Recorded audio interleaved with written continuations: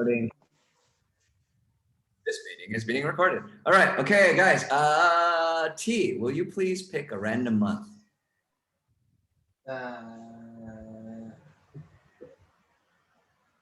February. Going with February. Okay, all right. February here. One of the highest ratings on there. Okay, all right. Tawe, go ahead and pick one or two. Two, sir. Okay. You don't have to call me sir, by the way. Okay, all right. Okay. So IELTS, the IELTS test, all right? You're gonna walk in with your passport, right? Or some kind of ID, and then they'll ask you some basic questions like what's your name, where do you live, those kinds of points. Okay? All right. Okay, all right. Tawe, how often do Yes. For myself, I do not make much telephone calls since I have better technology and meetings that are like technology like Zoom, Discord, Teams, Line, etc. Great answer. Okay, good. And then remember, you only have to give like about 1 to 3 sentences for the answer. Okay, sir. Okay, all right. Don't call me sir. Okay, all right. T, who do you spend the most time talking to on the telephone or online? I think usually it's my friends and teacher because because we usually interact with the Aston CPU and using Discord, Zoom, and other stuff, Microsoft Teams, something like that to interact with friends. Right. And usually it's friends and teacher. Pardon? Okay, you turn the mic. Okay. All right. Say that. Oh, what are you guys looking at? Oh, can you turn off your mic? Can you turn off your mic? Oh, sound stuff. Okay, all right. Yes, I just have to make a quick comment there, T, is that sometimes when I ask this question to some of my older IELTS students, it's not like that at all. All right. Okay, Tawe, when do you think you'll make the next phone call? I think that I will make the next phone call in around a month or so, since I then often use my telephone for calling people. Cool. All right. T, do you prefer to text versus calling? Yes, because sometimes they may be busy or I may interrupt something else, and that will cause them to be pissed. Okay. All right. Nice. Okay. All right. Now for the next one here, Tawe, please pick either me or Kyle. Kyle. Oh, you're picking Kyle. Okay. All right, Kyle, you're doing it. Here we go. Okay. All right. Zero prep. All right. Zero prep. Generally in the test, you will get about 1 minute to 90 seconds or so, right? I'm killing time to give Kyle some time to think about this right now. All right, okay? As Paul said, most of the time you would have 1 minute to prepare and create a few notes. Instead, we will go through this in order. In the test format, you have 2 minutes to respond, and same thing, we will not be timing. We will go through and I will ask you a series of questions. I will ask you to give me 3 to 5 sentences on each of them and a slightly longer conclusion wrapping it all up. So to begin, describe the person in your family who you most admire. You should say what their relationship is to you, what they have done in their life, which means what they have accomplished and what they have pursued. And I can't see that. What they do now, and explain why you admire them so much. Take your time and let's go through this. So describe the person in your family who you most admire. May I do it, please? What? Well, wait, so Kyle will do this, right? Oh, yes.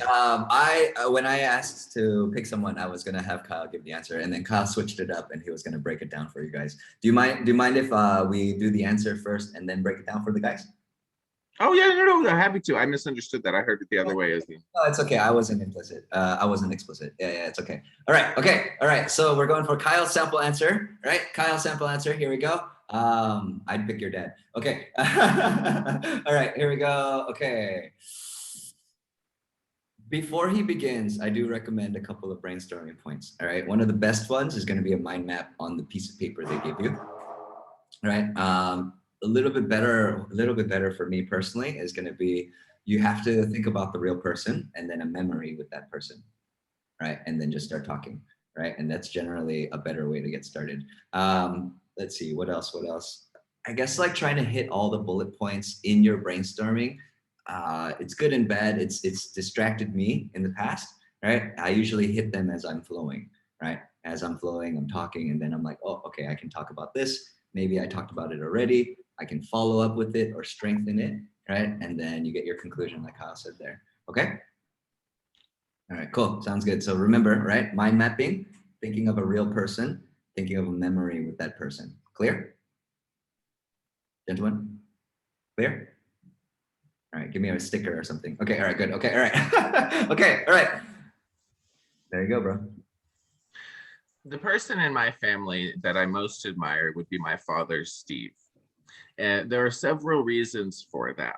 One of them is that he grew up in a situation where there were not a lot of opportunities presented as an Army brat in Columbus, Georgia. And I recall one of the things he told me was being very young and coming to the realization that I was born into the wrong family. I don't know where these people came from, who they are, or what they're doing. And that stuck with me. And it continues past that because he left when he was 18 with around $400 in his pocket for the rest of his life, and no one took call, and ended up spending a lot of time in Europe, working at the International Youth Hostel in Paris, hitchhiking from Paris to Baghdad, and then living in Iran and working as a journalist for the Tehran Journal during the time of the Shah. Following that and deciding to leave an Islamic country and move to a Greek island, worked as a poet and attempted to be a poet, I really should say, rather than work, for a year and a half. And following that, went to move to New York City to drive a taxi. These things have always stuck with me as juxtapositions in life, and is in looking at life as is not just black and white or one direction that one needs to take, but as a really multifaceted experience. And the appreciation of the value of seeing both sides is one of the things that I admire. He, at this point in his life, is living a lifestyle that has been designed to be mostly issue-free, mostly pleasant, and in a way that really takes advantage of every day and looks at every day as an opportunity. Throughout all of this, throughout the trials and tribulations, later running a business, all of these things combined, I admire him so much today, I think, because of how he has helped me and guided me throughout my life and helped to build my perspectives around things, even when I wasn't necessarily open to hearing it, seeing it. That was amazing. Oh my God, that was like the best answer I've heard all year.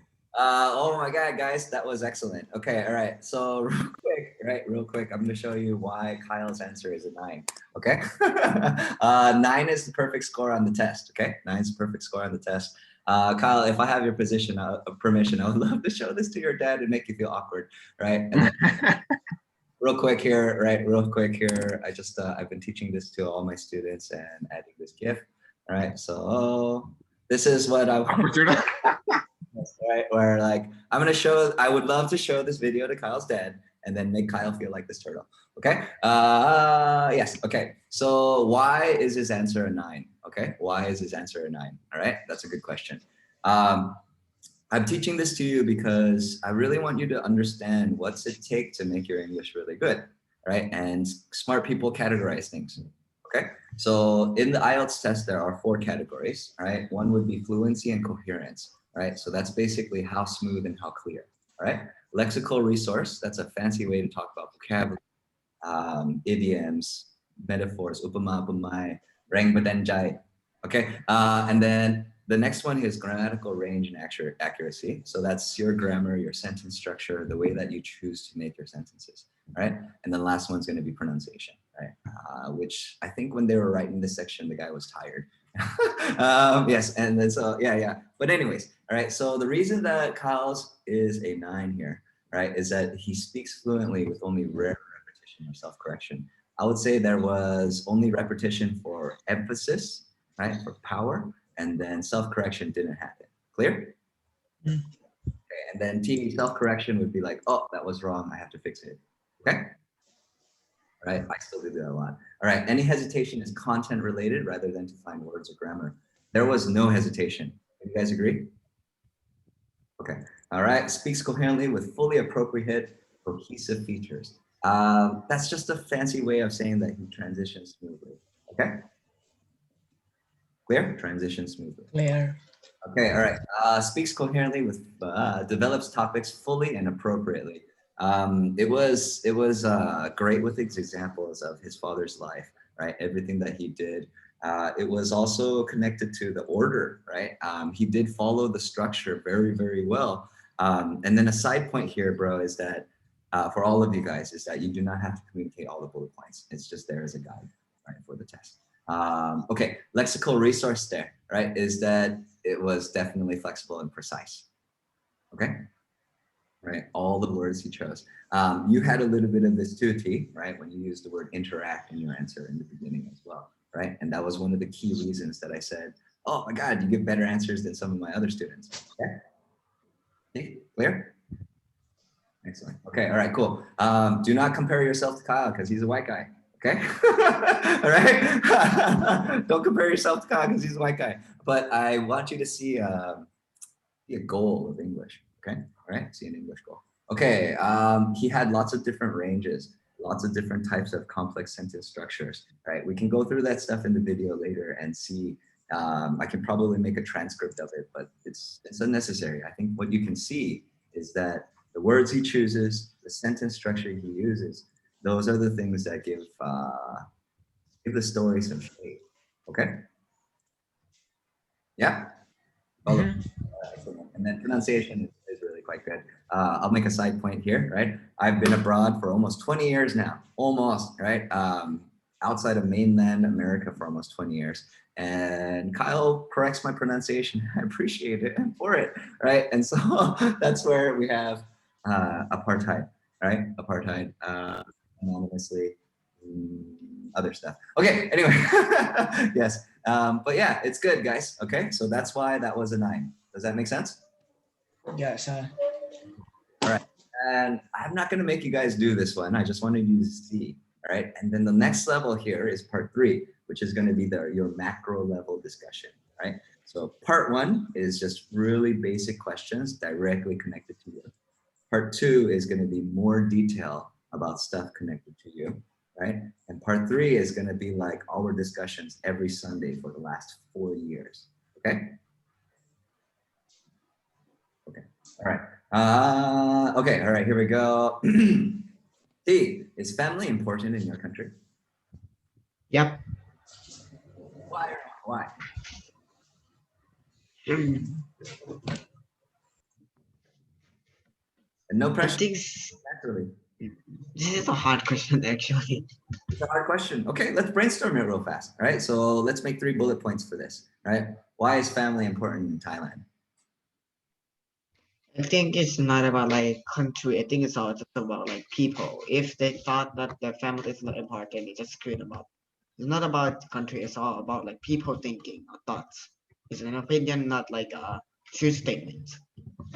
I love the approach. That's a damn good one. Oh my God, that was better than mine, right? Like mine was going to be complaining, right? Mine was going to be, well, there's no social security system here. And so if you get old here and you don't have anybody to take care of you, it's a pretty hard life.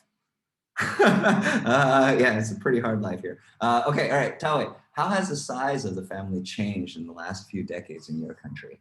Oh my God. So, but the size of family in my country changed to get smaller and smaller each year since taking care a lot of children is very hard and could be fun drying. What was the last word? Could dry your funds. Draw your funds. Yes, yes, yes. Reduce your funds drastically. Okay, cool. See, how do you think family will change in the future? It could be one is positive and second is negative. Positive is the like they push you, they made you like they made you like encouragement, they give you positive shit, and they just push you until they die. And you resign and just like, hey, let's make that wish come true, and you do the do. Ta-da. Then ta-da, you become Elon Musk now. And how, Magic. and how do you think that's going to change in the future? That's it. Sorry. What do you Pass. think about families overall? What do you think about in general in Thailand? How do you think the family system will change over the next decade? Hmm.